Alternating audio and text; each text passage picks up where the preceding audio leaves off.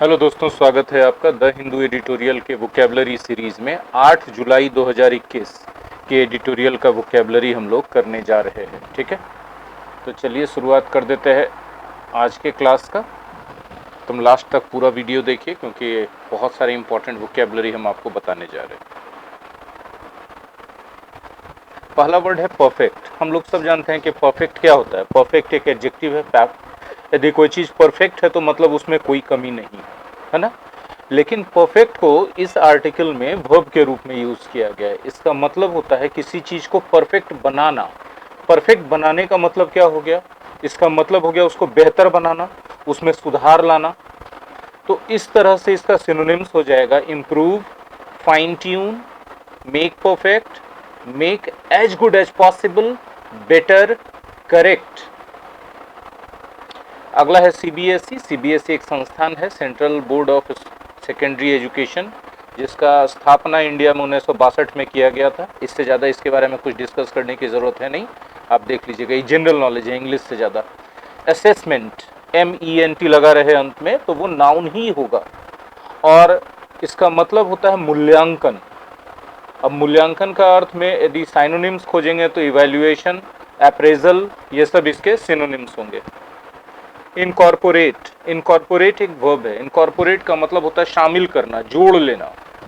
तो combine, join, integrate इसके synonyms होंगे। नेक्स्ट वर्ड है हमारे पास स्ट्रेस्ड, एडजेक्टिव है। स्ट्रेस्ड का मतलब होता है चिंतित, तनावग्रस्त, anxious, worried, tense, upset, distressed, pressurised, burdened, ये सब इसके सिनोनिम्स होंगे। थोड़ा सा हम फॉन्ट साइज बढ़ाते हैं आपके लिए, ठीक है ना, ताकि आप और अच्छे से देख सके। अभी ज़्यादा बेहतर हमको लगता है। ठीक है, चलिए आगे बात करते हैं। अनसर्टेन, अनसर्टेन का क्या मतलब है? अनसर्टेन का मतलब होता है अनिश्चित। यह भी एक एडजेक्टिव है। इसके सिनोनिम्स के रूप में अननोन, अनसेटल्ड, अनरिजॉल्व्ड, अनप्रिडिक्टेबल। सातवां है एकेडमिक। एकेडमिक का मतलब होता है शैक्षणिक। स्कॉलर, एजुकेटर और इंस्ट्रक्टर इसके सिनोनिम्स हैं। नेक्स्ट वर्ड है पैंडेमिक। ये एक ऐसा वर्ड है जो डेली एडिटोरियल में करीब करीब एक बार आ ही जा रहा है। वैश्विक महामारी। सिनेरियो का मतलब होता है परिदृश्य, यह एक नाउन है। परिदृश्य का मतलब आप कह सकते हैं सिचुएशन, है ना, condition, context, setting, course of events, ये सब इसके सिनोनिम्स हैं। नेक्स्ट वर्ड है पॉसिबिलिटी, संभावना। यह एक नाउन है। इसका मतलब होगा chance, likelihood, probability, prospect, hope, ये सब इसके सिनोनिम्स हैं। नेक्स्ट वर्ड है हमारे पास सर्कमस्टांसेस। सर्कमस्टांसेस का मतलब होता है परिस्थितियां। अभी हमने ऊपर पढ़ा था ना सिनेरियो, ये सब भी इसके सिनोनिम्स हैं। ठीक है, सिचुएशन, कंडीशन, कॉन्टेक्स्ट, सिनेरियो, ये सारे के सारे सिनोनिम्स हैं। ठीक है, सर्कमस्टांसेस के। नेक्स्ट वर्ड है गो बाई। गो बाई एक फ्रेजल वर्ब है। ठीक है, इसका मतलब होता है बीत जाना, गुजर जाना, समय के लिए उपयोग करते हैं। हेस्टिली, ठीक है, अगला वर्ड है हेस्टिली। हेस्टिली का क्या मतलब होता है? हड़बड़ी से, हड़बड़ा के। यह एक एडवर्ब है। ठीक है, आप कह सकते हैं चूंकि हड़बड़ी या जल्दबाजी बोल रहा है तो तेजी से भी तो हो सकता है ना इसका। तो क्विकली, रैपिडली, स्विफ्टली, ये सब इसके सिनोनिम्स होंगे। ठीक है, नेक्स्ट वर्ड है come up with. Come up with का क्या मतलब होता है? कम अप विथ का मतलब होता है, जैसे बोलते हैं ना, he has come up with an idea, मतलब कि उसने एक आइडिया निकाला।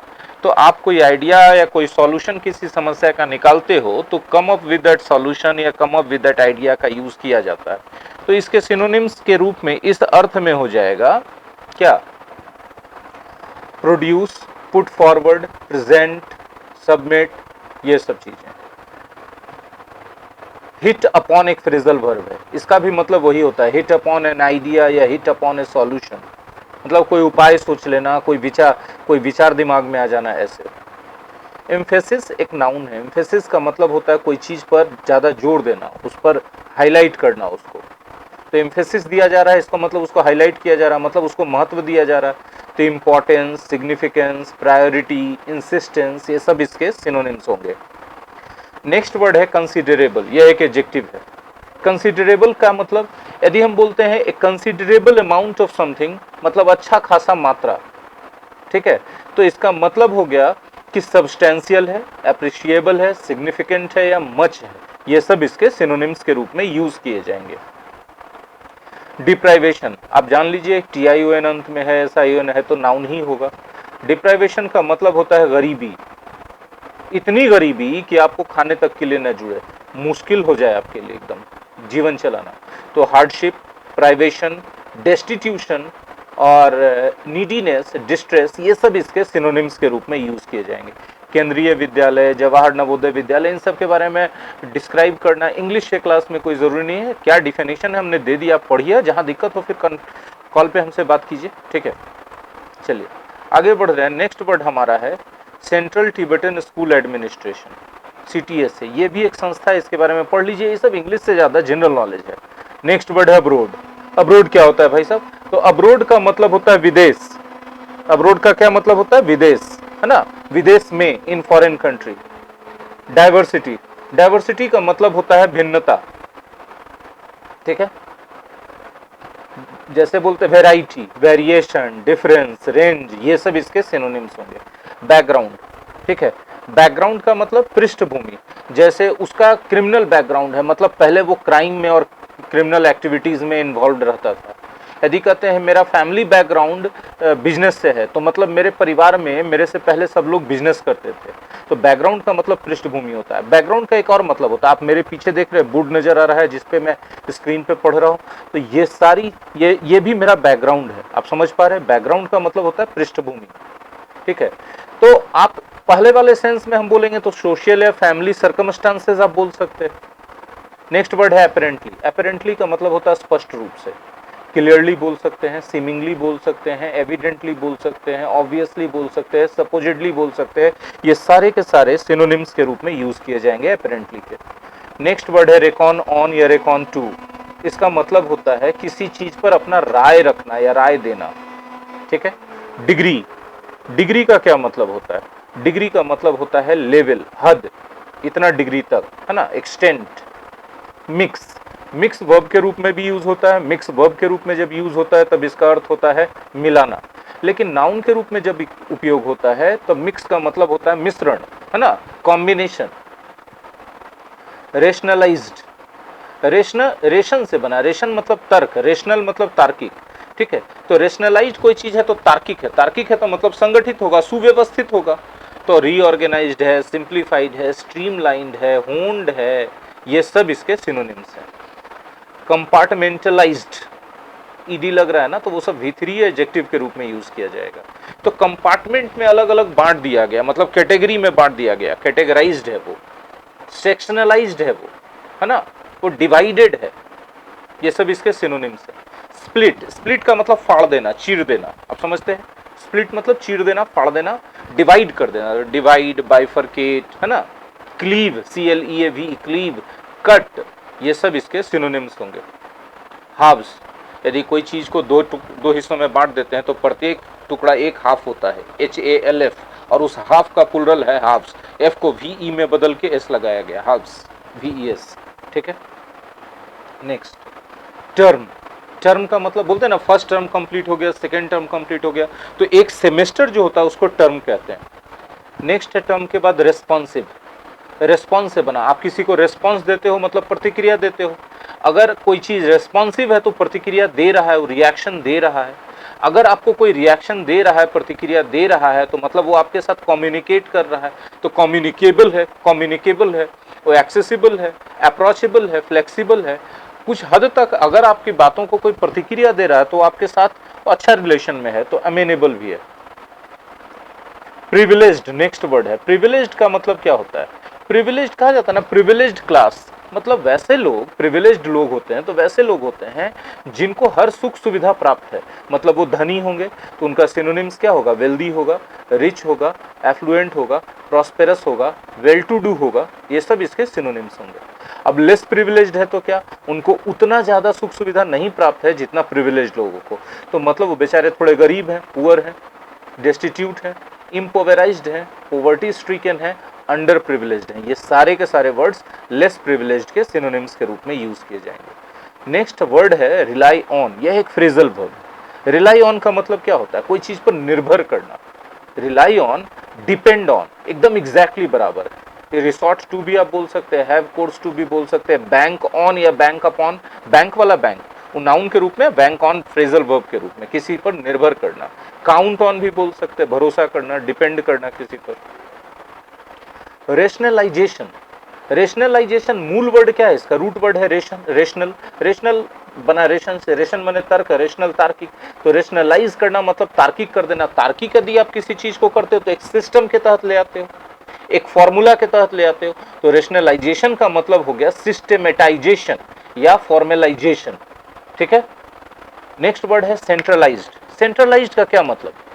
सेंट्रलाइज्ड का मतलब होता है किसी चीज को एक सिंगल अथॉरिटी के द्वारा कंट्रोल दे देना, कि भाई यही एक आदमी, सारा पावर इसके पास है, यही कंट्रोल करेगा। तो पावर को क्या किया गया? सेंट्रलाइज कर दिया गया। आप समझ पा रहे हैं ना जो हम बोल रहे हैं? बहुत सिंपल सिंपल वर्ड है ये सब।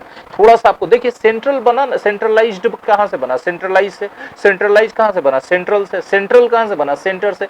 सेंटर मतलब केंद्र। तो एक जगह केंद्र बना दिया गया कोई चीज का, कि भैया सब केंद्र ही है, मतलब यहीं से सब कंट्रोल होगा, तो सेंट्रलाइज कर दिया गया उसको। क्लियर है? नेक्स्ट वर्ड है प्रोटोकॉल। प्रोटोकॉल का क्या मतलब होता है? बहुत बार आप ये वर्ड सुनते होंगे न्यूज वगैरह में, है ना। तो प्रोटोकॉल का मतलब होता है कोई चीज का नियम, तौर तरीका।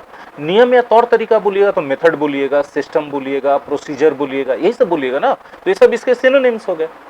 स्ट्रेच, या हमने अपने बॉडी को क्या किया भाई साहब? स्ट्रेच कर दिया। हमने बॉडी को क्या किया भाई? स्ट्रेच किया। आप समझ पा रहे हैं मेरी बात? स्ट्रेच करने का मतलब फैलाना, ठीक है। तो एक्सटेंड करना, एक्सपैंड करना।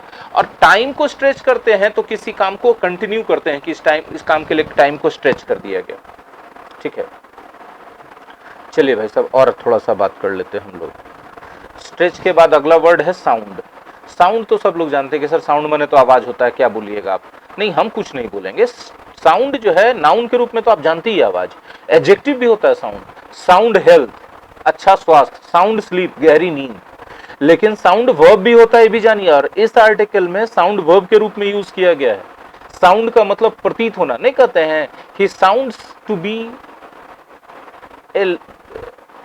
To be telling a lie, ऐसा लग रहा है कोई झूठ बोल रहा है ना।